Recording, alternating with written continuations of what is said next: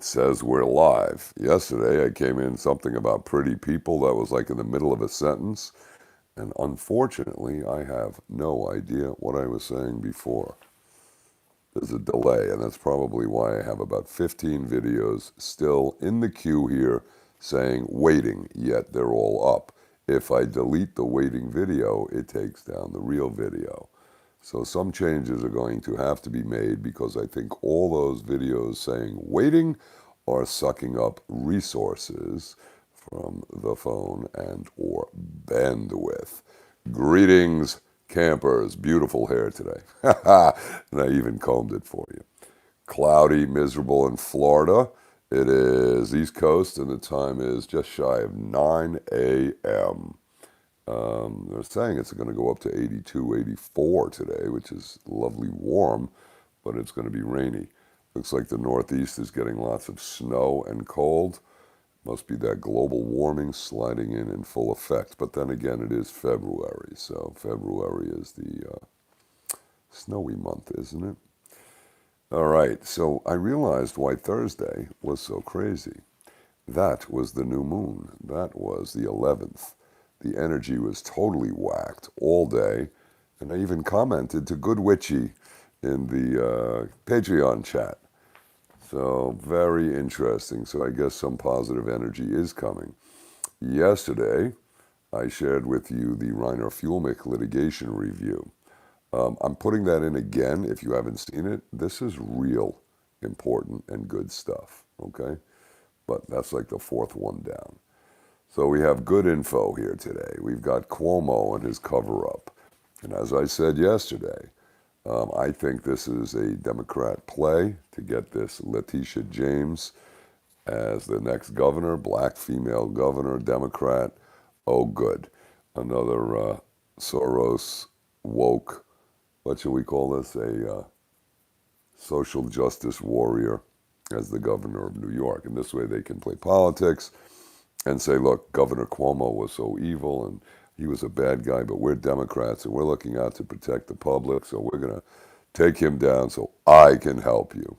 What do you think about that one? This is a good little clip with Maria Bartiromo on Fox. First clip, Cuomo cover-up. But even more exciting is what Meg sent, and it says the New York State is looking to revoke Cuomo's executive authority on this emergency. They might rescind it. This is huge. Now, this was yesterday, so this is a breaking story. I'm not sure. They were having a meeting Friday, so I'm looking for follow-up on this. I haven't checked it. I don't know what their decision is. But this is right along the lines of what they're doing in Arizona, or trying to do, right? They want to rescind the authority, declare the pandemic over, or the emergency over in Arizona. That's coming up. So if you're in Arizona, get involved. Check it out. That's SCR 1001.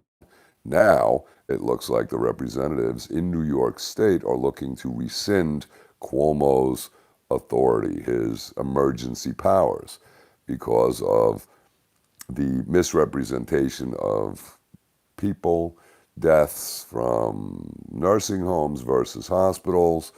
And it looks like this jumped up by, and now, of course, the news, was it 4,000 more? 9,000 more. So now we're up to 15,000. Interesting. And it looks like that people are calling for criminal investigations, as we all said when this nonsense started, putting infected people into the most vulnerable populations and wondering how there's so many people dying in nursing homes. Wow. Check this out. There's a lot of stuff out there about it. Not this part, but the cover-up. All right, next. Who sent this? Magnus sent this. Oh, good. On the Peruvian court. Now, Reiner mentions in his discussion the holding by a Peruvian court finding Gates, Soros, and the third party was the Rockefeller family. Aha. Wait, what was that thing called? Lockstep? All of these little social engineering instruction booklets. The court finds Gates, Soros, Rockefeller created the pandemic. This is a link to an article. This is not the opinion. I would imagine it's in Spanish. But It's dated from January 12th. So this is a month old. But I'm sure there may be more on this, and I am sure also the media is going to cover this up. This is a little nugget that you might want to look at, and anybody who has an inquiring, investigative mind might want to dig into this and share it with the campers. Good stuff. The next link is Reiner Fuelnick, his litigation review of all of the cases and the actions proceeding, as well as the evidence, the experts, the whole business with the PCR test, the incentivization of doctors, and real good. And as I said yesterday, that was good news. I think this other thing with Cuomo seeking to rescind his authority, timed with that new moon bringing some new light, is good. That's the vibe. As tired as we are, that's a good vibe and worth a smile. Now, quick update. I finally got Patreon all up to speed. So I've got the shows in there, and I figured out how to do the two-channel business. So I just put it in. I'll go back in. I'm going to put an asterisk. So those will be the other show. The links were essentially the same. So it was just me talking. So it was essentially the same. But I don't want to deprive the patrons of that content, right? So there you go. Next, we had good feedback from the campers on Pillow Man and his, what are we going to call this, his documentary or his evidentiary presentation. Interesting. People were having a very tough time posting it, and we had two people. Got to give a shout out to James Broom, a good man, brilliant. He, which one was it now? Oh, this is an alternative source. So what he did is he didn't post Pillow Man's channel, which got knocked down. He put up a link here to BitChute, and this is on Charlie Ward's show.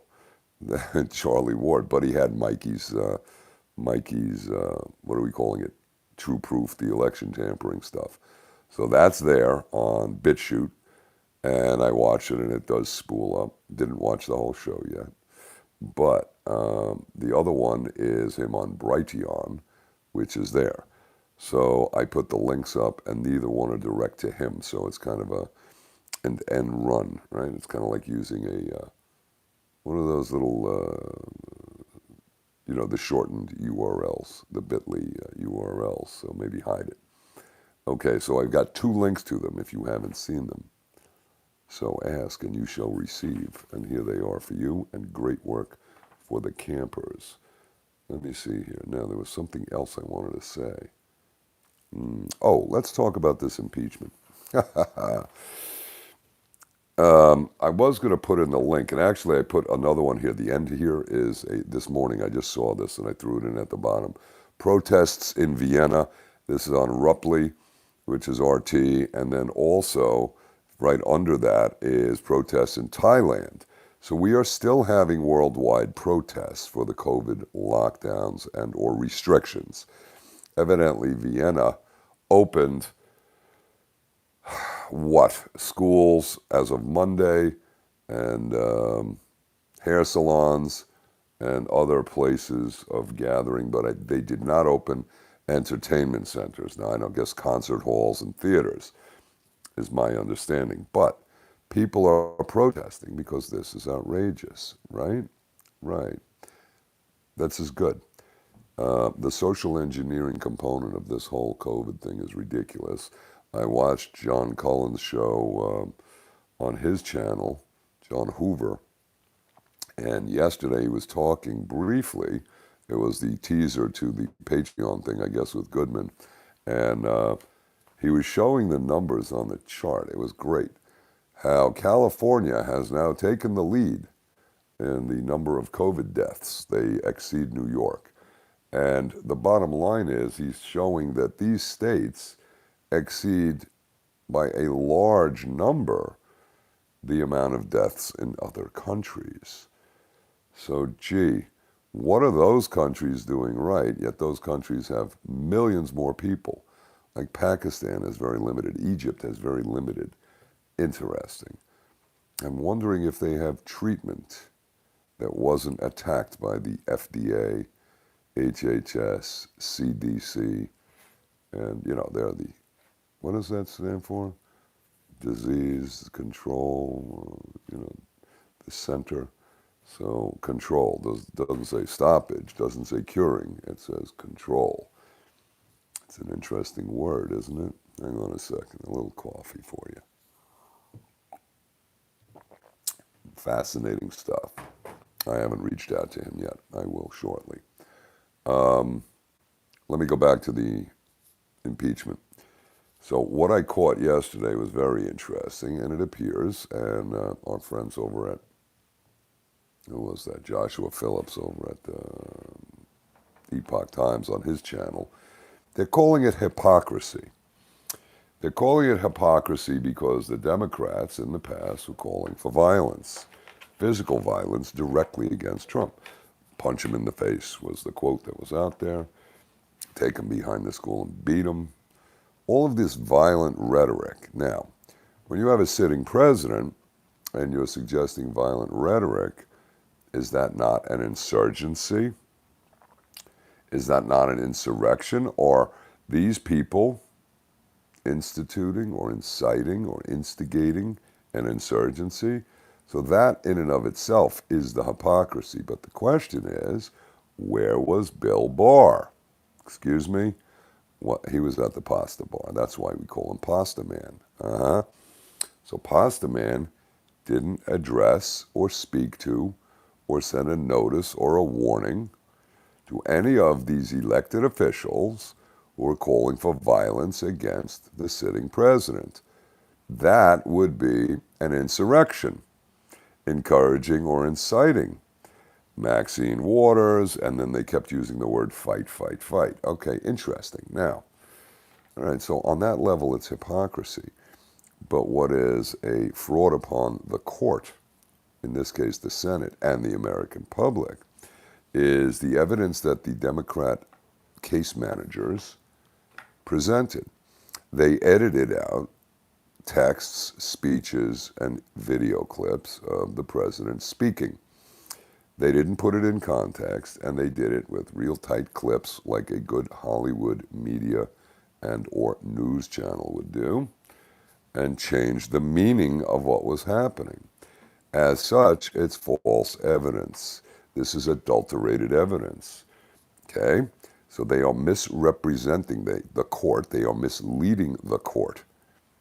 Not as only is that a criminal act, but as Greg Jarrett pointed out last night on Fox and in a criminal proceeding, when you show the real evidence and how what they put up was misleading and defrauding the court and the jury, right, and the people in this instance, that the court would dismiss that. Now, I'm thinking these counsel should make a motion to preclude the evidence that the Democrats put in because it was fraudulent, it's a misrepresentation, and it's misleading intentionally. So they should move to say that that evidence should be excluded. You know, the fruit of the poisonous tree, the exclusionary rule, you remove it. Well, you can't introduce fake evidence, know that it's fake, and then have it considered. So on motion, verbal motion, it should be made, it should be excluded, and then the case should be what? Dismissed, because their evidence isn't there, right? What do they have to support it? But that won't happen. That would be correct procedure, in my opinion. Now, the fun part is they're putting all this out. I haven't seen them go to the fear factor. Now they're saying, oh, everybody was afraid. Okay, great. So that speaks to what? State of mind.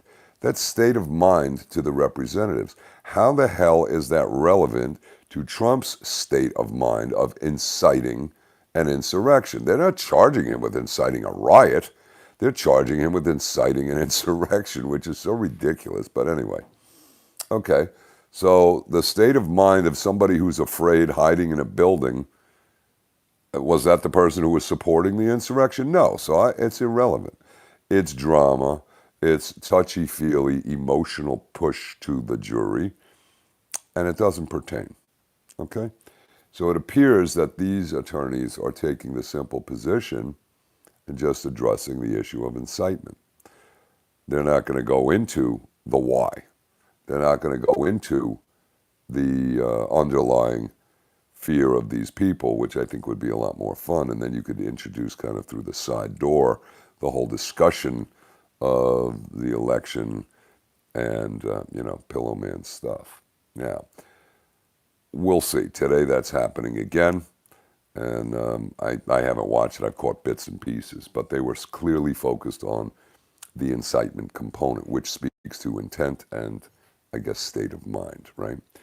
So that's my read on this so far. But the bottom line is it doesn't matter because based on the number of votes to continue the case, to allow it to be heard, there's an insufficient, if they stay exactly on those numbers with that many Republicans turning, you still had, what was the number? It was 56 to 44. So that's like right on the edge. You need 66 to convict. So it doesn't look like they're even close. And with this pathetic display, these guys should be charged with suborning perjury, fabricating evidence. There's a lot of things, perpetrating a fraud on the American people. So this whole thing, as we said, is theater. And I think what's very interesting for those paying attention out there, not just you guys are paying attention. You have the benefit of the FJ insight of the beer and peanuts view, right? Is this. Is the public, I guess this is a question, is the public becoming aware of how deceptive, manipulative, and disingenuous these representatives in the Democratic Party are in the way they're presenting adulterated evidence? I mean, it's amazing. It's absolutely amazing. And it speaks to the same thing that one lawyer from the FBI pled guilty to making a false statement. The guy literally added the word not. Is not an asset for the CIA, thus using it to support a FISA warrant, right? When he lied to the court. Wow, he's defrauding the court. And that's all our Bill Barr Justice Department and Durham could do. And how is that investigation coming along?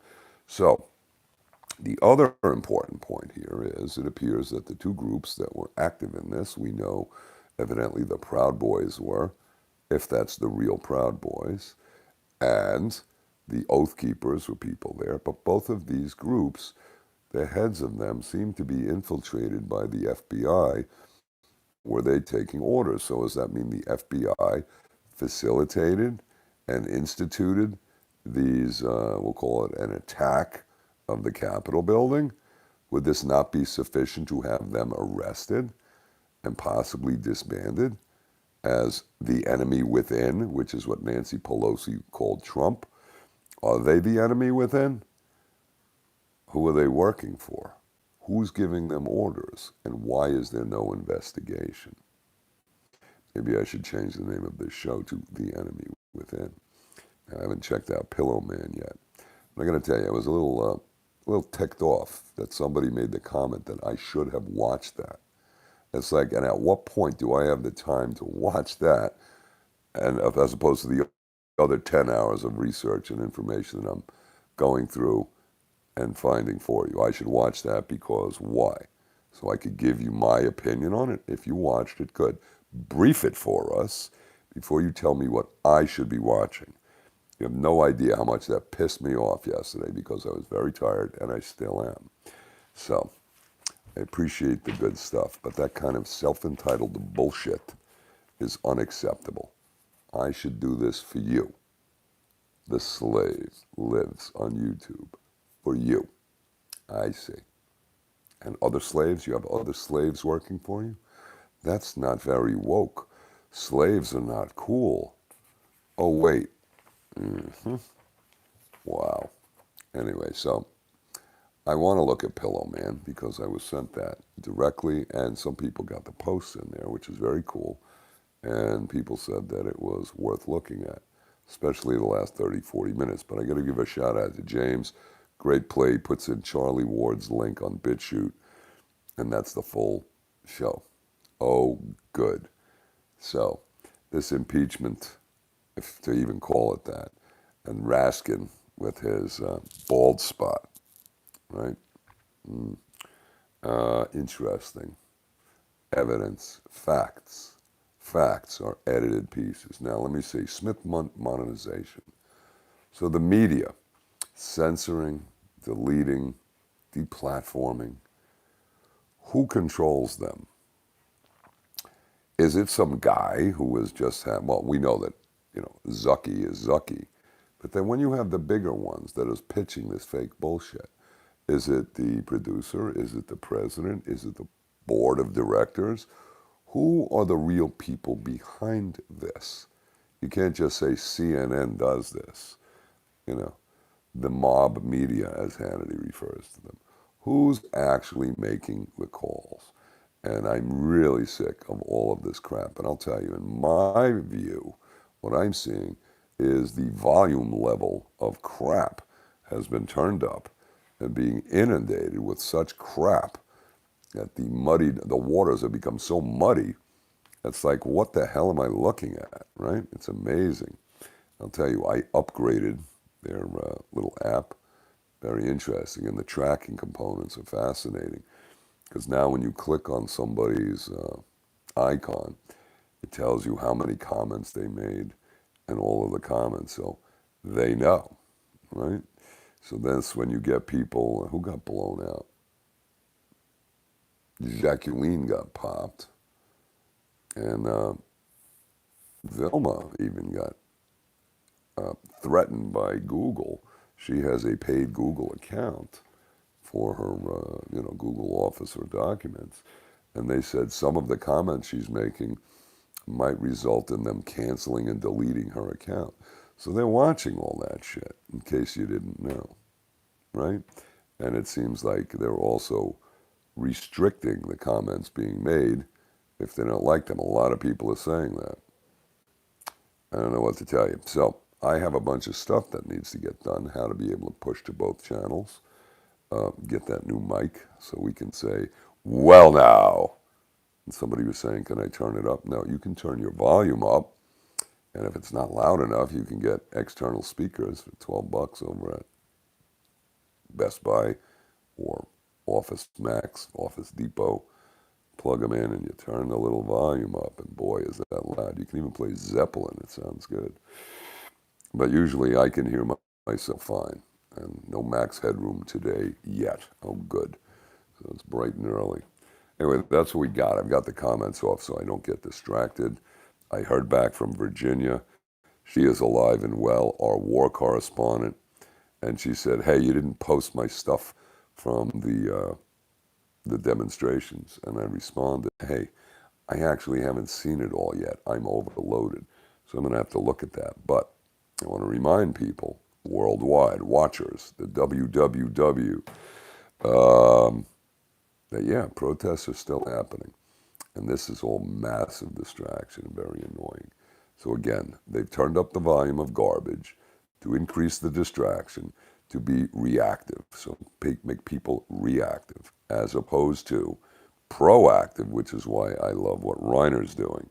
He's focused and driving the ball forward, okay? Not being reactive. I'm trying to sort through crap while picking and choosing who to bring forward with info to and from, right? It works both ways. There's, shall we say, back channel communications going on, but you knew that. All right, guys, I'm going to leave it there. I could read you the list, but I'm not going to. You can read it yourself. Click it. You've got lots of fun homework. Again, Reiner's good. And Lee Merritt that I put in yesterday is excellent. So wouldn't that be funny if the New York State Legislature rescinded Cuomo's emergency authority? Wow. What a concept. So these idiots gave it to him, and he's been running ramshot or roughshod over everybody's rights on the pretense of an emergency. So if he steps down, the lieutenant governor comes in, and when does Letitia James get to run for governor? I don't know. Maybe he appoints her before he leaves. I don't know. Politics and, the nuances in there. We'll have to see how this plays out. But that's my call. You heard it here first. They're positioning her to come in, him to step down. I guess he's sufficiently, he's done his job, right? Now we'll see how it plays. All right, guys. Thoughts, comments, questions? Leave a comment, give it a thumbs up, and subscribe.